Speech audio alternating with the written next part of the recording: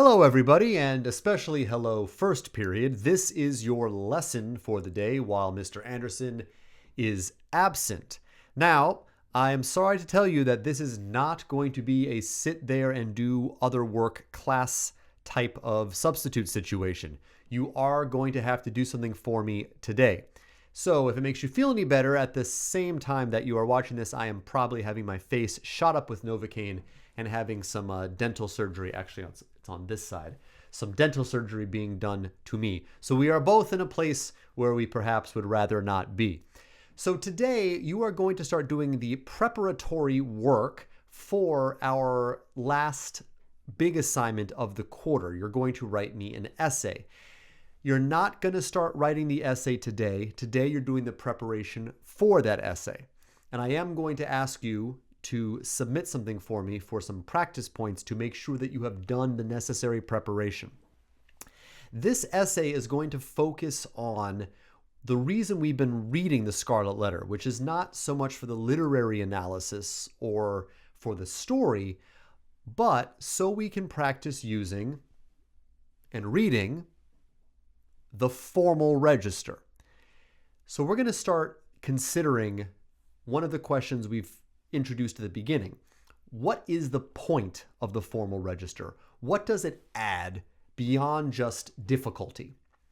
So I'm going to talk you through the things you need to do in class today, which are also going to help you write the essay. All right, this video, you're going to have to pause it and take notes and rewind it and make sure you are using it as a resource, because I'll say it again, this is not a substitute day that you can waste. I'm going to expect that you have done all this stuff so that we can move forward with writing the essay. All right, warning given. So now everybody, we are going to be looking in modules under our Canvas page, and there are a couple things that you need to have open right now. So the thing that is going to be due, that you are actually going to submit, is this thing that says Formal Register Essay Prep Assignment. You don't need to open that yet, but that's the thing you're going to turn in. The thing that you are going to look at in a second is this link called Hawthorne No Fear Example Will Make Copy. When you click on this, you're going to actually have a copy made, which is going to look like this. And I'm going to have you write some notes inside this document today. And this is the only place these notes are going to exist. You will not be able to access this unless you have watched the video. So let's start again. Let's open up this thing which says Hawthorne No Fear Example Will Make Copy. And now you should be looking at this. Feel free to pause the video if you need to get set up. All right, so here we are, and as you can see, we have two columns with some color coding on it. We have on here on the left the the original Hawthorne version of the Scarlet Letter, and on the other side we have a modern translation. If you remember, I have been giving you this thing, which is the No Fear translation that you could have looked at any point, to compare Hawthorne's version to the modern text. This has been available to you the whole time, and hopefully you've taken advantage of that. So we have here two columns, and we're going to kind of compare them right now. The color coding is going to correspond to something that you're going to need for your essay assignment. But before we talk about any of that, let's read the passage in its original version, which is from Hawthorne, talking about Hester Prynne and the moment in the book when she decides she needs to tell Dimmesdale the truth about Chillingworth, and how is she going to go about it? How is she going to go about finding this guy and explaining to him what's happened? So let's read it in its original version here. You can read along with me as I read it to you. Hester Prynne remained constant in her resolve to make known to Mr. Dimmesdale, at whatever risk of present pain or ulterior consequences, the true character of the man who had crept into his intimacy. For several days, however, she vainly sought an opportunity of addressing him in some of the meditative walks which she knew him to be in the habit of taking, along the shores of the peninsula or on the wooded hills of the neighboring country. There would have been no scandal indeed, nor peril to the holy whiteness of the clergyman's good fame, had she visited him in his own study, where many a penitent ere now had confessed sins of perhaps as deep a dye as the one betokened by the scarlet letter. But partly that she dreaded the secret or undisguised interference of old Roger Chillingworth, and partly that her conscious heart imparted suspicion where none could have been felt, and partly that both the minister and she would need the whole wide world to breathe in while they talked together. For all these reasons, Hester never thought of meeting him in any other narrower privacy than beneath the open sky. All right, so what is happening in this passage? The general sense is Hester wants to talk to him. She doesn't want to talk to him in town or in his study, even though it says many people have gone to talk to him and confessed sins to him because he's a preacher, right? But she needs to talk to him in the outdoors, as it says. So she knows that he's in the habit of taking these walks, these meditative walks. So she's hoping to encounter him on one of these walks. And indeed, that's what she ends up doing. So this is all about what Hester is thinking. This is no surprise to us. The Scarlet Letter loves to get inside people's heads. And so this is just a description of her thoughts here. Now, we're going to be talking about 3 different factors when it comes to evaluating the formal register. All right, one is something we're going to call elevated diction. The other thing is something we're going to call excessive verbiage. And the third thing is something called syntactic complexity. So elevated diction, excessive verbiage, and syntactic complexity. I am going to go over all of those in the example, which you should see right here on your screen, which you can click over now and listen to as we continue on thinking about this. So in this example, we are going to call the yellow highlighting the excessive verbiage. We are going to call the blue the syntactic complexity. And we are going to call the green the elevated, what did we say? I think I called it elevated diction. All right, so let's talk about what each of these 3 things means. Excessive verbiage is pretty much what people complain about a lot with the formal register writing, where the author is taking 10 words to say what he might have said in 5 words. So the phrase is literally longer. It's not necessarily that the words are hard to understand, but Hawthorne will often write a thought which could be summarized very quickly, and he'll take a long time to say it. So that's excessive verbiage.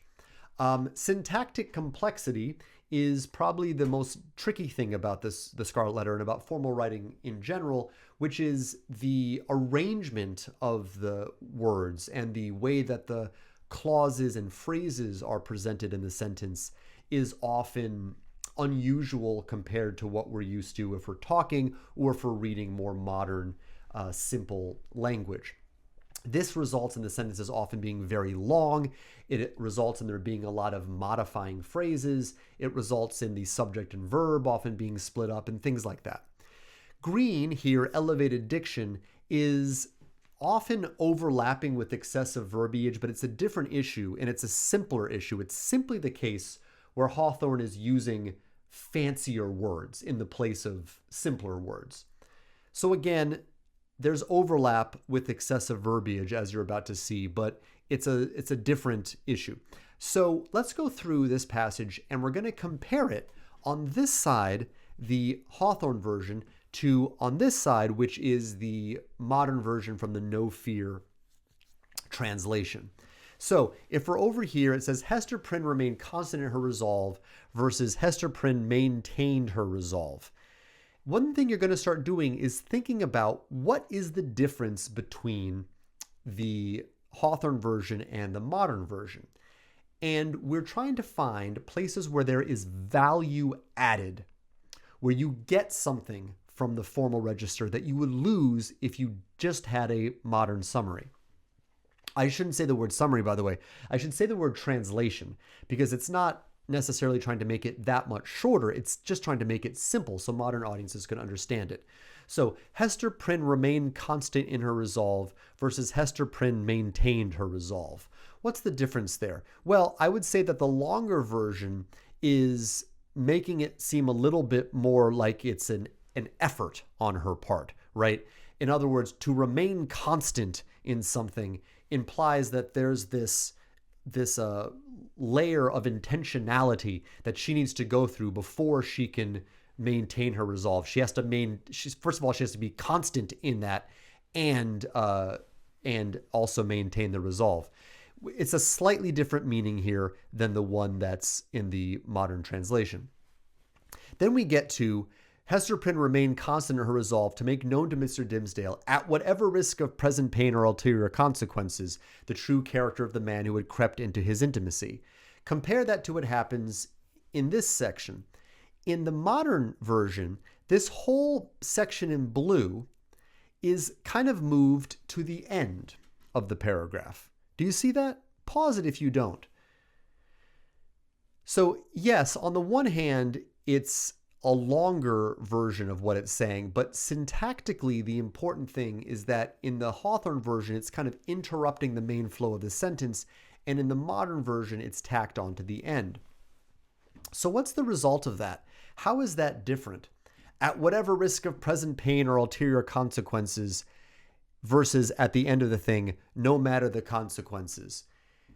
Here you have a situation where you're going to see something that's reflected a lot in this passage, where the passage is overall trying to show you how hesitant and how unsure Hester is. She's really trying to be strong the whole time. She's putting on a brave face, but she's also really nervous. She doesn't necessarily want to do the thing that she knows she has to do, and so we're seeing that kind of conflict within her own mind.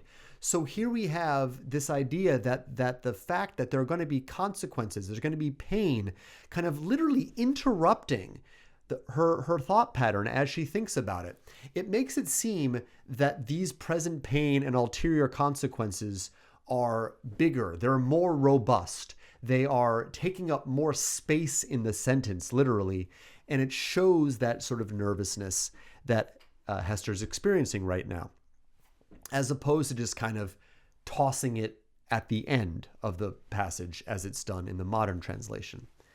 When it comes to the green, we're simply comparing the phrase crept into his intimacy versus posed as his friend. Now here I hope the difference is obvious, right? If we know enough about Chillingworth now, we realize how much more accurate crept into his intimacy is. It makes him seem a lot creepier. It makes him seem a lot more sneaky, the fact that he's creeping around versus simply posing. But we know that from the overall themes of this book, the internal, external, the interrupted back and forth, the fact that Chillingworth's aggression is portrayed as him burrowing into Dimmesdale's heart. Here we have that reinforced by the phrase crept into his intimacy. Someone from the outside moving on to the inside. So we have there 3 examples of what is added by Hawthorne's formal diction. Let's go on. For several days, however, she vainly sought an opportunity of addressing him in some of the meditative walks which she knew him to be in the habit of taking along the shores of the peninsula or on the wooded hills of the neighboring country. Here is a case where the yellow, which remember is our excessive verbiage, could have been easily summarized by simply saying long walks he often took. So here, what's gained by having which she knew him to be in the habit of taking? These are actually very different things, right? Here we have the narrator telling us about Dimmesdale. Here we have the narrator telling us what Hester knows about Dimmesdale. It's more from Hester's perspective. And do you see how here, this really makes it seem like Hester has been spying on Dimmesdale. You can almost picture her standing like, a mile away and kind of peering across the beach and noticing that he's taking these walks. She's kind of stalking him, right? She knew he was in the habit of taking them, which is A, she's been watching him, and B, she's been watching him so much she knows it is a habit of his. That's a wonderful addition, which shows the dynamic here between Hester and Dimmesdale. and again reinforces how nervous she feels at this moment, how conflicted she feels. All right, we go on. There would have been no scandal indeed, nor peril to the holy whiteness of the clergyman's good fame, had she visited him in his own study, versus simply minister's reputation, right? Peril of the holy whiteness of the clergyman's good fame versus minister's reputation. This is both a combination of excessive verbiage and, though, I think the real thing I would highlight here is elevated diction. She's really making the phrase reputation, Hawthorne's making the phrase reputation into something blown way out of proportion. It's now the holy whiteness of the clergyman's good fame. What's the effect of this? What is added by this? Well, here you are having sort of a reminder of the tenets of romanticism as a literary genre, right? Where everything needs to be hyperbolic and everything is always, multiplied by 100.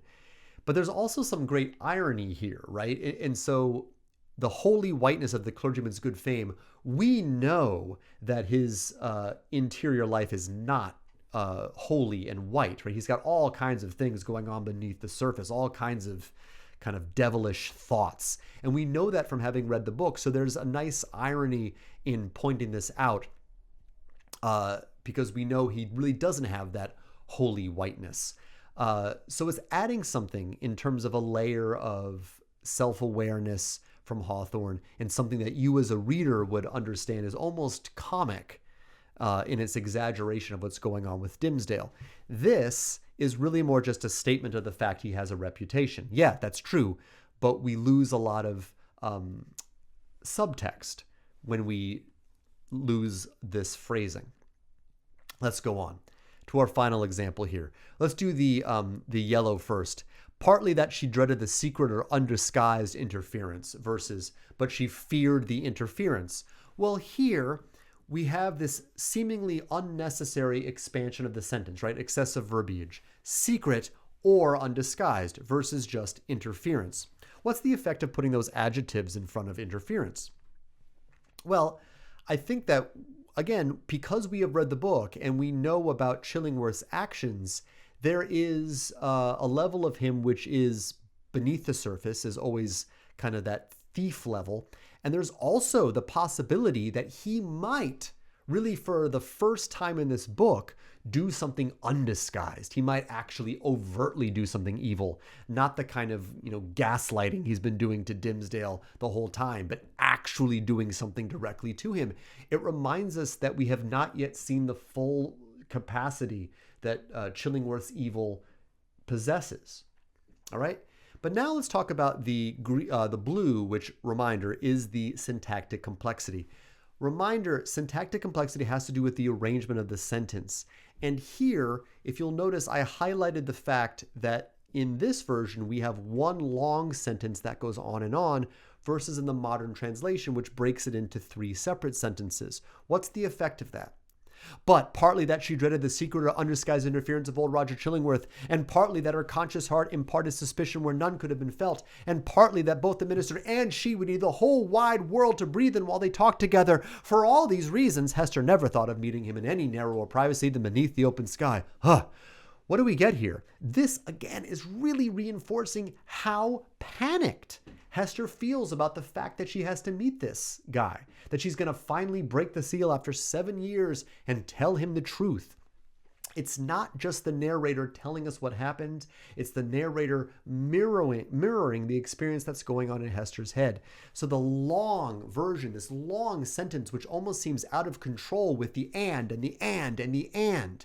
builds up all the things that she knows could go wrong. Think about going out to ask that, that special someone out on a date, and you're about to approach them and you go, but there might be something stuck in my teeth, and they might have just found out some bad news in their family, and it's the end of the day, so they might be tired, and everyone knows that this dance is might be kind of lame, so maybe I shouldn't be asking them at all. All that kind of panic that you get is mirrored here in Hester's in the syntax of the sentence, and it's lost. It's lost when you have just 3 shorter sentences. It makes it easier to read, but you lose a lot of interesting layers. All right, so I hope that example gave you an explanation of what is meant by excessive verbiage, syntactic complexity, and elevated diction. You are going to need to identify these three things in a passage that you choose yourself. All right, if you need a break or you need to rewind or you need to review, do that now, because I'm going to go on and explain what you actually owe me today. All right, so we are back, and now you can open up this document here, which is called the Formal Register Essay Prep Assignment. And if you open that up, you will see this. All right, I'm not going to go over all the instructions because you can read them yourselves, but essentially you are going to use this link to the Hawthorne No Fear version, which we've already gone over, and you are going to find a passage from the Scarlet Letter, and you are going to find the modern translation, and you are going to paste them into the document right here. Paste the Hawthorne on this side and paste the No Fear on this side. As it says, the passage needs to be between 200 and 300 words. Just for comparison, this passage that we just went over is about 200 words. So you can go well over that if you would like, but you should not do anything shorter than what I've done here. Now, I want to emphasize that this should be kind of a continuous passage, but if you find that the thing you want to analyze is, let's say it's in 2 paragraphs that are next to each other, but if you take both paragraphs, suddenly it's like 600, 800 words, you can certainly do an ellipsis and do like a ... and cut out 5 or 6 sentences and jump to the next group of sentences if you would like to use that to make your 200 to 300 word passage. So it should be one continuous point by Hawthorne, one continuous scene, but you can edit it down so you skip over the stuff you don't want to talk about and focus on the stuff you do. All right, so you're going to spend the majority of your class today reading this, reading over it, and looking for a passage that you can compare to the modern translation. Please do not pick a passage that we have analyzed in detail in class. If you're not sure about that, you can ask somebody near you. You obviously do not want to analyze the passage that we did when we did group work. You obviously do not want to use the passage that I just talked about. And if there was a passage that I read out loud in class and made a big deal about, you maybe don't want to pick that one either. But you can pick from anywhere in the book that you would like, from the beginning to the end. You're going to paste your Hawthorne version and your No Fear version. Try to format them so that the general meaning of the passages lines up. Like in this example here, I spaced it out so we have generally the same stuff happening around the same point in the columns, because the translation is so much shorter that if you just put them like next to each other, you'll lose track of what it is you're comparing. Because what you're also going to do is you're going to highlight different parts, just like I did here, to indicate excessive verbiage, syntactic complexity, and elevated diction. The requirements are 5 to 7 moments total, but I would like to make sure you get at least 1 moment of syntax. Do not ignore the syntax point. That's a really crucial to understanding the formal register.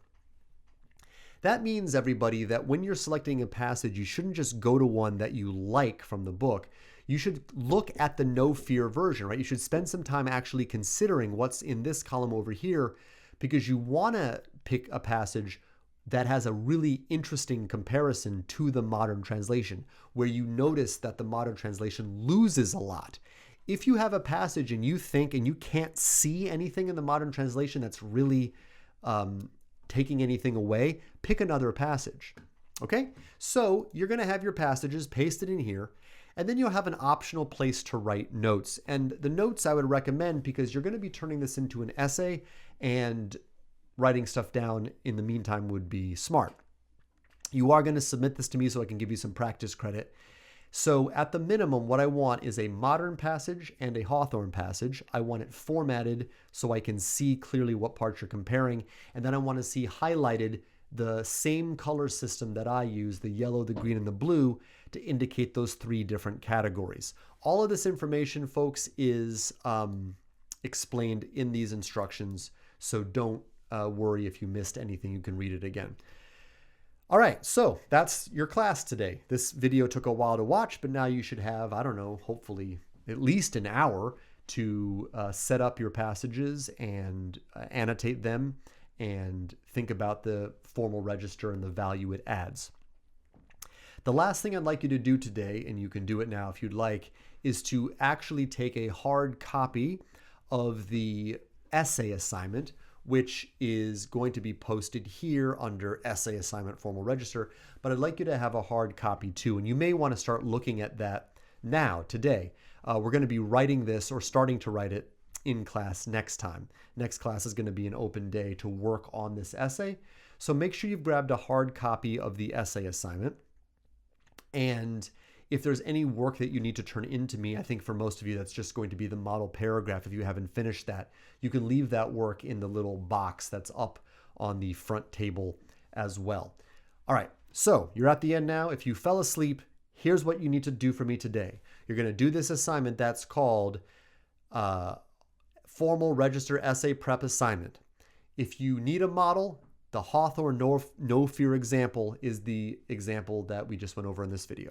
All right, everybody, good luck, and I will see you next class. Bye.